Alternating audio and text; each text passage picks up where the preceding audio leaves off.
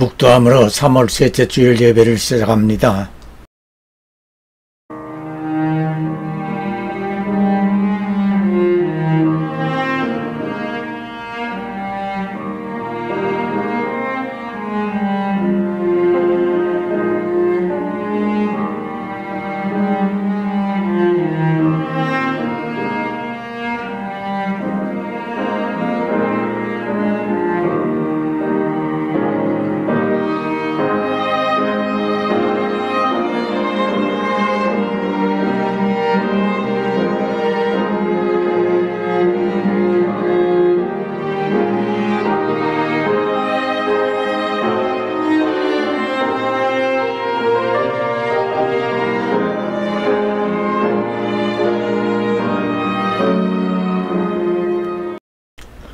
기도하겠습니다.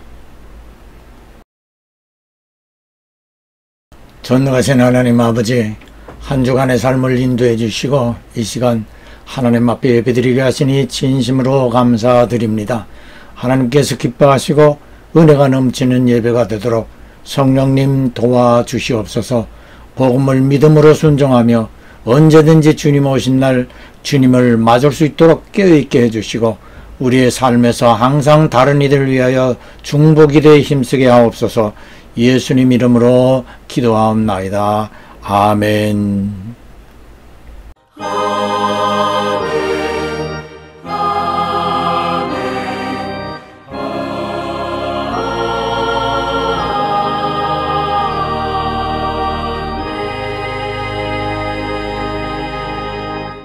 복음 찬송 하나님 은혜 박종호 장로의 찬양입니다.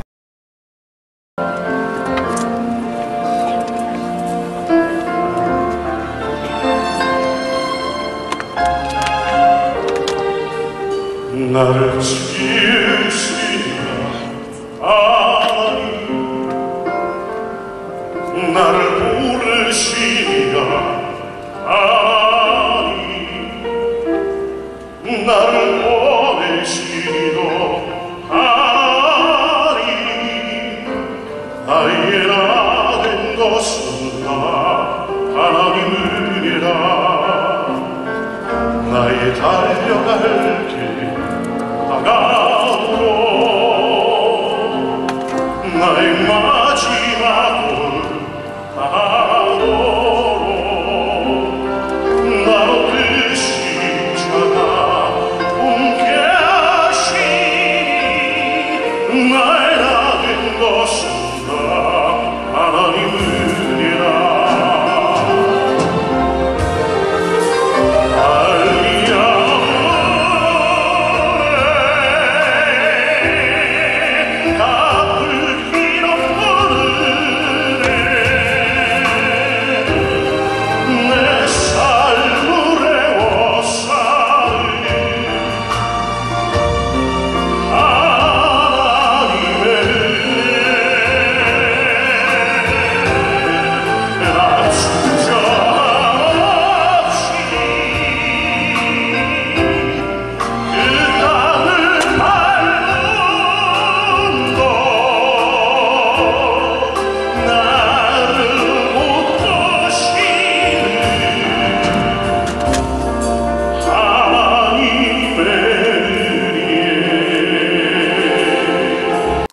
여기 우리 아산병원, 제가 아산병원에서 간 이식 수술을 받았거든요.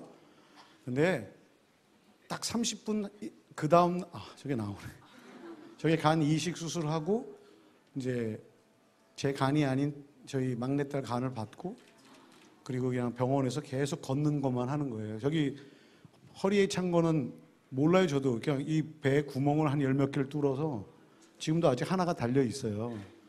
네, 그런데 피고름 같은 게 나오나 봐요. 그 안에서. 저거 달고 저렇게 병원에서 있을 때 저희 예순두단 선교사들이 근황이 너무 궁금하다 그래가지고 저걸 찍었는데 기도를 정말 아주 낱낱이 부탁을 했는데 참 신기하죠. 무균실이라는 곳에는 면회도 잘 안 되는 곳에 들어가 있는데 진통제를 굉장히 많이 맞을 거래요. 굉장히 제가 배가 뚱뚱했었잖아요. 그래서 이게 한 36kg가 빠졌거든요. 물론 그냥 수술실 들어가면은 하나님이 수술은 잘 되게 해주실 거야 라는 믿음은 있었어요. 그렇지만 그 이후로는 너무 겪어본 길이 아니기 때문에 무서웠고 두려웠는데 신기할 정도로 무균실한 곳에 앉아 있는데 한 열흘 동안 진통제를 한 대도 안 맞았어요.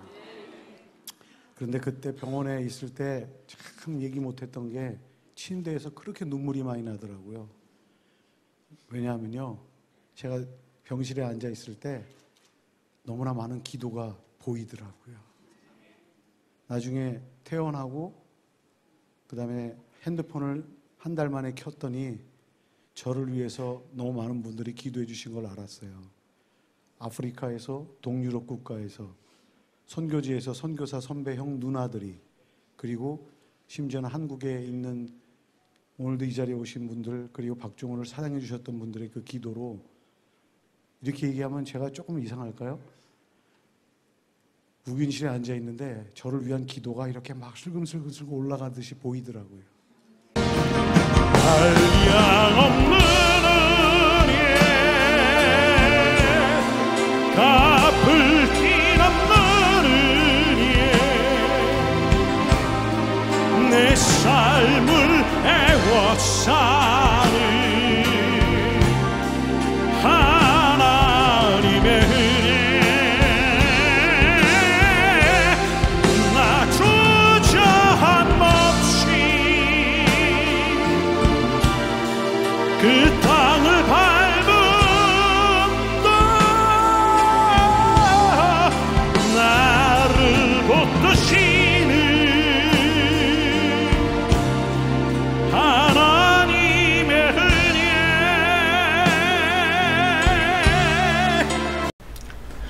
오늘의 복음 민수기 16장 47절 48절입니다. 아론이 모세의 명을 쫓아 향로를 가지고 회중에게로 달려간 즉 백성 중에 연병이 시작되었는지라 이에 백성을 위하여 속죄하고 죽은 자와 산 자 사이에 섰을 때에 연병이 그치니라. 아멘. 죽은 자와 산 자의 사이. 본문의 배경을 먼저 말씀드리겠습니다. 민수기 16장에서 이 일의 발단이 시작됩니다. 레위의 후손 중에 고라가 르벤의 후손 중 다단과 아비람과 온과 한 무리가 되어 족장 250명을 충동하여 모세에게 반역을 일으킵니다. 이에 모세는 이들에게 내일 아침 모두 향로의 불을 준비하여 하나님 앞에 드리어 하나님께서 누구의 향로를 택할 것인가를 확인해 보자고 한 후 이들의 방자함을 하나님께 아뢰었습니다. 모세는 아론도 향로를 준비하고 향로에 불을 담아 하나님 앞에 드리게 하고 이들의 행위가 모세와 아론을 향한 것이 아니라 하나님을 멸시한 것이었다라면 땅이 갈라져 땅속으로 저들이 떨어지게 해주시라고 기도하였습니다. 기도가 끝나자마자 하나님께서는 땅을 갈라지게 하고 고라의 땅을 땅속으로 떨어지게 하셨고 하나님의 불이 나와 반역에 가담한 250명의 족장들까지 불살라버렸습니다. 이러한 상황을 보게 된 이스라엘 백성들은 모세와 아론이 고라의 땅을 죽게 하였다면서 두 지도자에게 폭행을 가하게 되자 하나님께서 진노하셔 즉시 백성들 중에서 전염병이 돌게 하십니다. 이에 모세는 본문처럼 아론에게 속히 향로를 가지고 회중에게로 달려가 제사장으로서 속죄, 죄사함을 위한 제사 기도를 하게 하였고 아론은 향로를 들고 회중들에게 달려가 속죄를 하고 순식간에 전염병으로 죽은 자 14,700명들과 두려움에 떨고 있는 산자들의 사이에 섰습니다. 그래서 하나님께서 진노를 멈추시고 전염병이 그치게 하셨습니다. 이러한 배경을 보면서 오늘의 설교 제목을 죽은 자와 산 자의 사이라 하였습니다. 오늘 예배 찬양을 부른 박종호 장로님은 하나님의 은혜라는 찬양곡을 불러 복음 성가 사역자로 전 세계 한국인 성도들에게 널리 알려졌고 사랑을 받아온 분이었습니다. 10여 년 전 갑자기 뇌혈전 증세로 응급실로 실려가 수술을 받고 회복된 후에 자신을 살려주신 하나님의 은혜를 감사하는 마음을 담아 이 찬양곡을 부르게 되었답니다. 그런데 몇 년 전에 기능이 완전히 활동하지 못할 정도로 간의 상태가 나빠져 딸에게서 간 일부를 이식받았으며 수술을 위하여 수술실로 들어갈 때 하나님께서 보호해 주실 것을 믿었지만 친지들과 성도들이 기도해 줄 것을 요청하는 호소의 방송을 하여 그가 간증한 것처럼 세계 곳곳에서 많은 성도들이 그의 수술 성공을 위해 기도하게 되었으며 걱정하던 예상과 반대로 진통을 전혀 느끼지 않은 가운데 수술을 성공리에 마치게 되었습니다. 수술 후 정신을 차렸을 때 그의 눈에는 성도들의 많은 기도가 흐물흐물 하나님께로 올라가는 것이 보였다고 하였습니다. 자신은 수술대 위에서 마취로 의식이 없는 상태였기에 기도를 할 수 없었지만 성도들은 그 시간에 그의 수술을 위하여 열심히 중보의 기도를 하였습니다. 그래서 자신이 기도해서 수술이 성공했다고 말할 수는 없지만 성도들의 중보의 기도가 있었기에 하나님의 은혜를 또 받을 수 있었음을 믿는다는 간증을 하였습니다. 환자가 수술대에 누워있을 때 생사의 기로에 서 있다고 표현할 수 있겠습니다. 환자가 마취해서 깨어나지 못하거나 잘못된 수술로 죽음에 이르는 경우가 많이 있기 때문입니다. 죽음과 삶의 사이에 서 있는 것이죠. 그러나 성도들에게는 그 시간에 엄청난 역사가 일어나게 되는데 그것은 다른 일을 위하여 힘써 중보의 기도를 해주고 있기 때문입니다.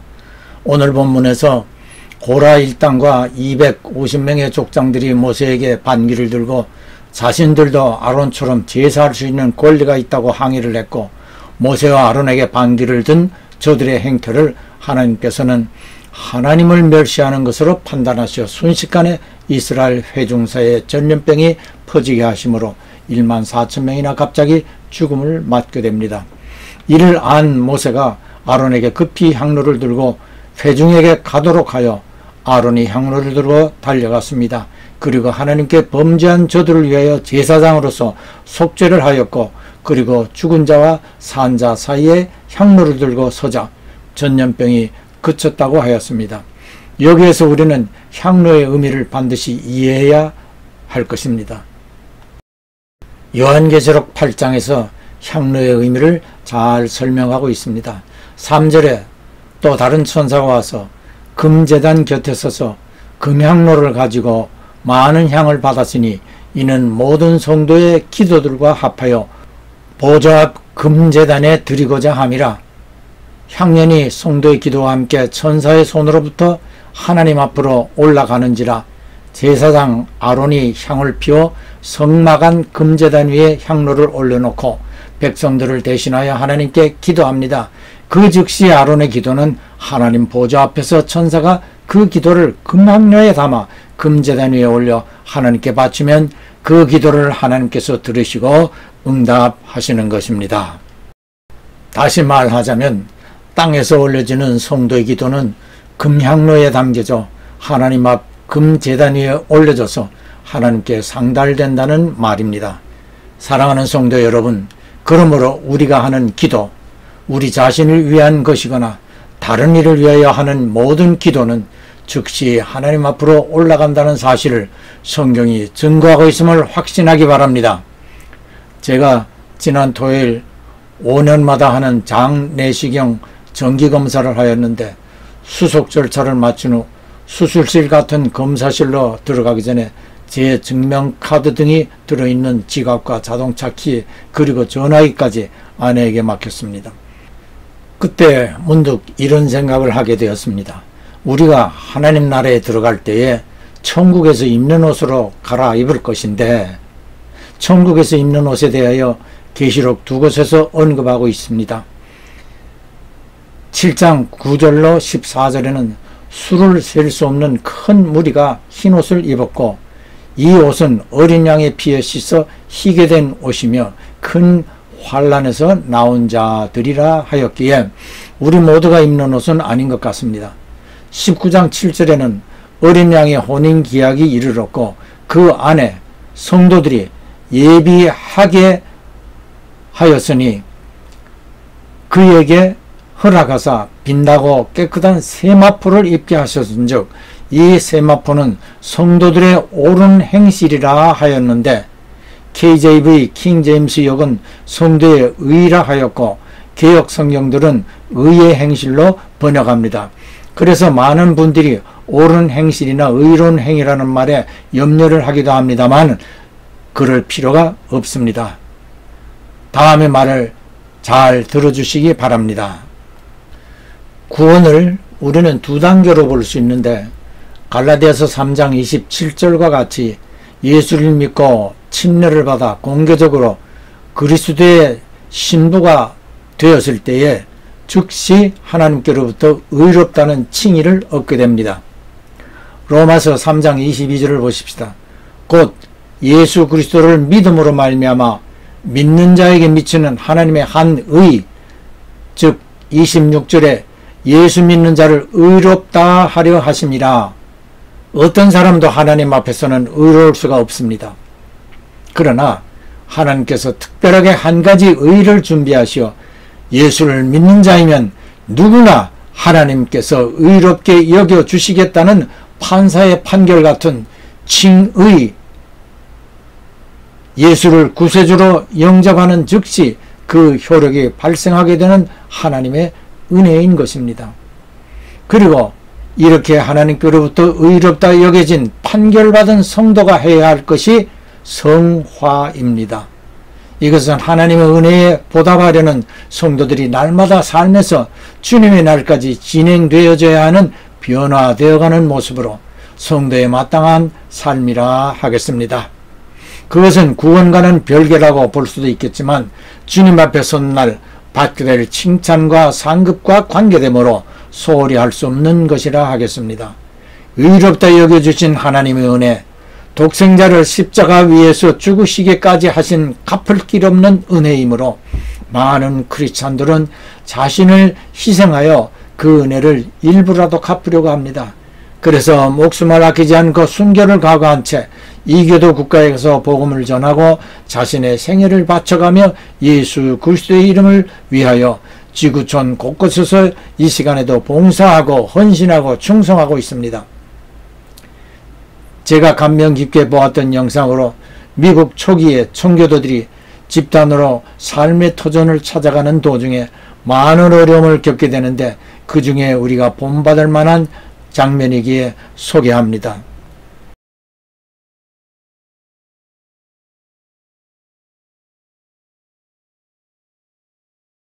모두 강물에 들어가 건너기 시작하는데 키 작은 사람은 건널 수가 없습니다. 그때 한 부부가 키 작은 사람을 건네주겠다고 하며 손수레에 태워줍니다.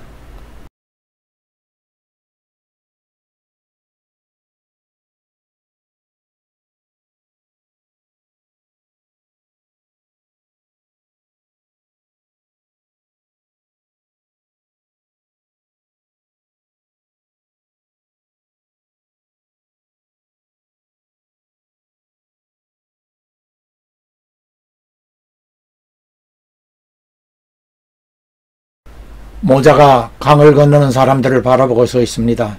아들이 묻습니다. 엄마, 우리는 어떻게 강을 건너가요? 엄마의 대답은 하나님이 도와주실 게다.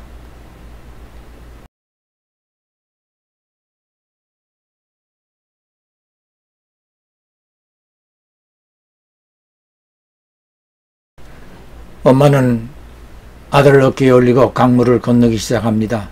물이 점점 깊어집니다.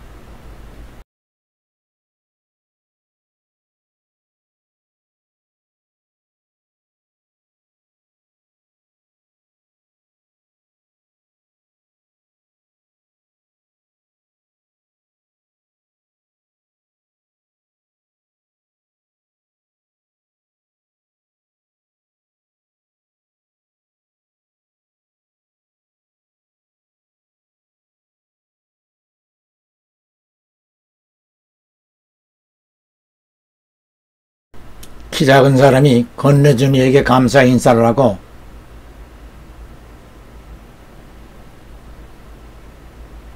물속에 들어가며 도와달라는 모자를 보게 됩니다.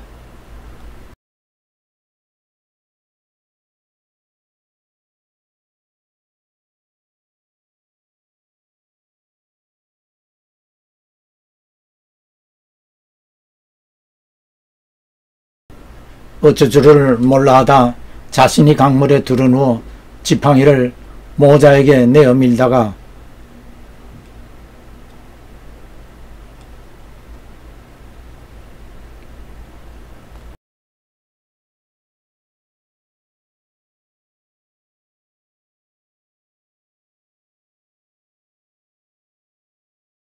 끝내 자신이 물속으로 들어가 엄마를 밖으로 밀쳐내어 구출합니다.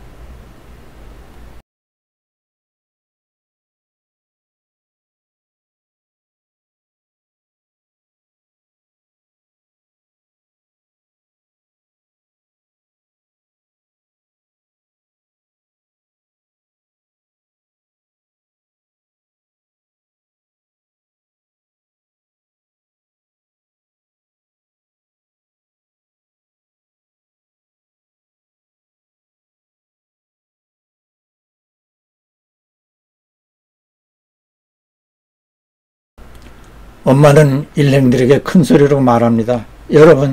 여러분이 보신 것처럼 하나님의 손길이 나를 도와 나와 아들을 살려 주셨음을 증거합니다.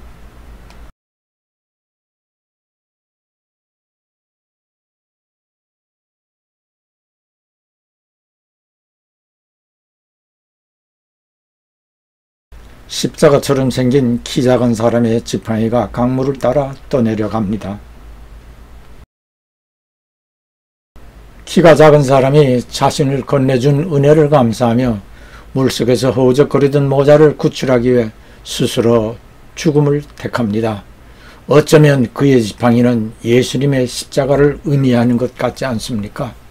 죽음과 삶의 사이에서 자신의 몸도 제대로 가눌 수 없는 사람이 이렇게 자신을 희생하며 남을 살려준 아름다운 이 모습은 네 이웃을 네 몸처럼 사랑하라 고 하신 예수님의 최고의 계명을 실천한 것이 아니겠습니까? 어쩌면 우리가 천국에서 입게 될 옳은 행실, 의의 세마포가 아닐런지요.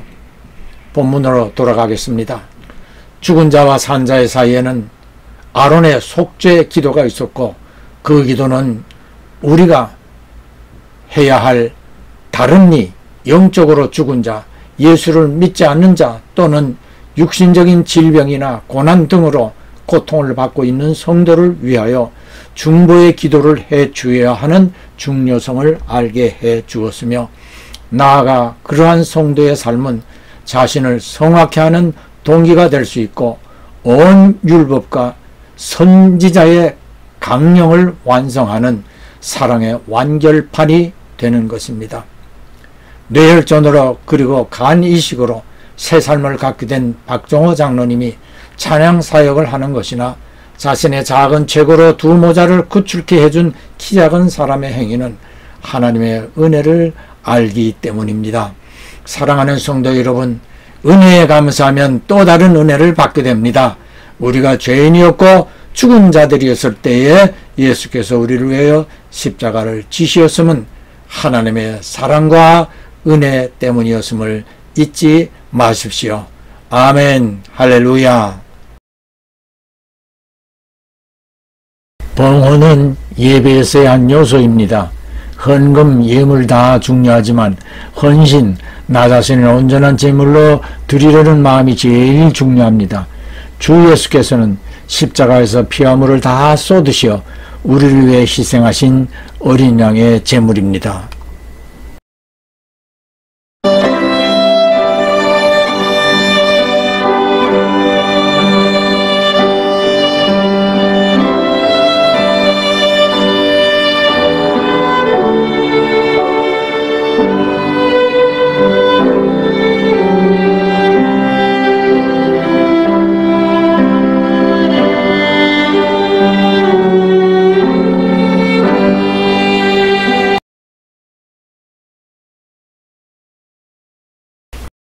주 예수 그리스도의 한없으신 은혜와 하나님 아버지의 극진하신 사랑과 보혜사 성령님의 끝없는 교통하심이 항상 등불과 기름을 준비하며 선한 싸움과 악을 대적하는 일에 게으르지 않고 다른 일을 위한 중보기도에 힘쓰고 말씀을 가까이 하며 날마다 예수님과 동행하는 삶 속에서 오늘 이 시간 믿음과 진정으로 예배드린 성도들 모두와 가정과 그 손이 하는 일들 위해 주님 앞에 서는 그 시각까지 함께 하실지어다.